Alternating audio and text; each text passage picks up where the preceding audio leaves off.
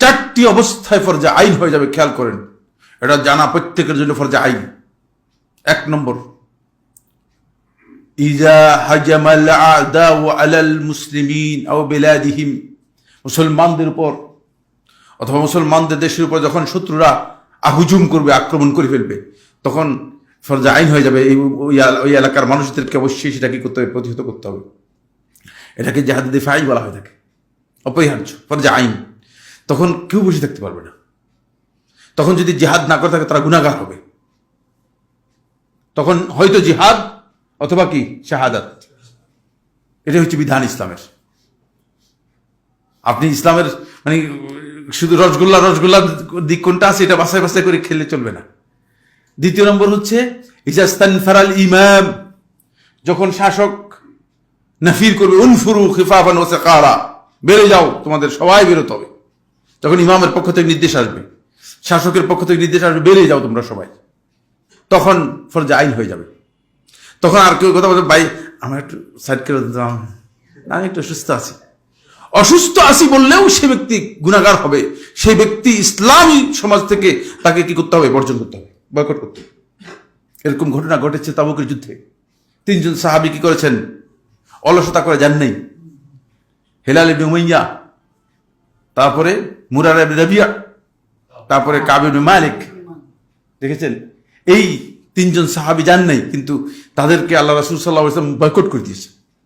অথচ তারা মুনাফিক ছিল না, কারণ রাসূল সাল্লাল্লাহু আলাইহি ওয়াসাল্লাম বলেছেন বের হয়ে যাওয়ার কথা ছিল। এটা 2 নম্বর। 3 নম্বর হচ্ছে ইজাল তাকাজ জাহফান, যখন 2 দল মুখোমুখি হয়ে যাবে, তখন সেখান থেকে তাওয়াল্লি জাহফ, মানে সেখান থেকে আপনি মানে পশ্চাৎপদ করবেন, পিছনে ফিরে যাবেন, পালিয়ে যাবেন, হারাম।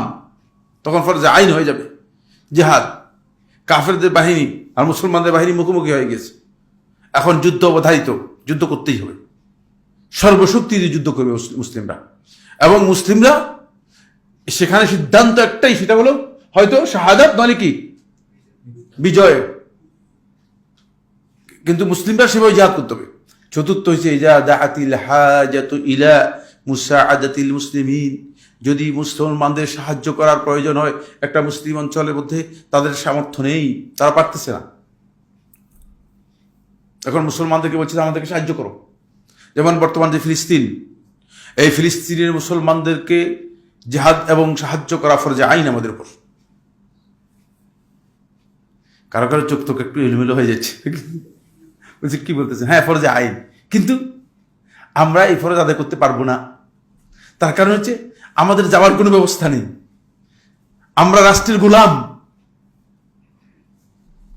রাষ্ট্রীয় যে বাউন্ডারি তৈরি করেছে, এই বাউন্ডারিতে গোলাম আমি, আমাকে পাসপোর্ট দিয়ে আটকায় রেখেছে, এখানে আমি যেতে পারবো না। আমরা রাষ্ট্রের মধ্যে কিসের মধ্যে আছি, আরেকটা জেলখানার মধ্যে আছি, রাষ্ট্রের জেলখানার মধ্যে আমরা আছি। এই জন্য এর সকল দায়িত্ব রাষ্ট্র সরকারকে বহন করতে হবে, এবং সরকার যারা রয়েছে তারা হয়তো তারা ব্যবস্থা করবে, অন্যথায় তারা আমাদেরকে যাওয়ার জন্য ব্যবস্থা করে দিতে হবে, অন্যথায় তারা এই হারাম কাজের জন্য গুনাহগার হবে। আমরা এই গুনাহ থেকে বেঁচে যাচ্ছি শুধুমাত্র এই কারণে, যেহেতু রাষ্ট্র আমাদেরকে গোলাম হিসেবে আটকে রেখেছে, আমরা রাষ্ট্রের এই পাসপোর্টের কারণে আটকে গেছি, আমরা যেতে পারবো না, আমাদের যাওয়ার কোনো সক্ষমতা নেই। আপনি বের হতে পারবেন না, আপনি যেদিক দিয়ে বেরোন গুলি করে বেরিয়ে ফেলবে।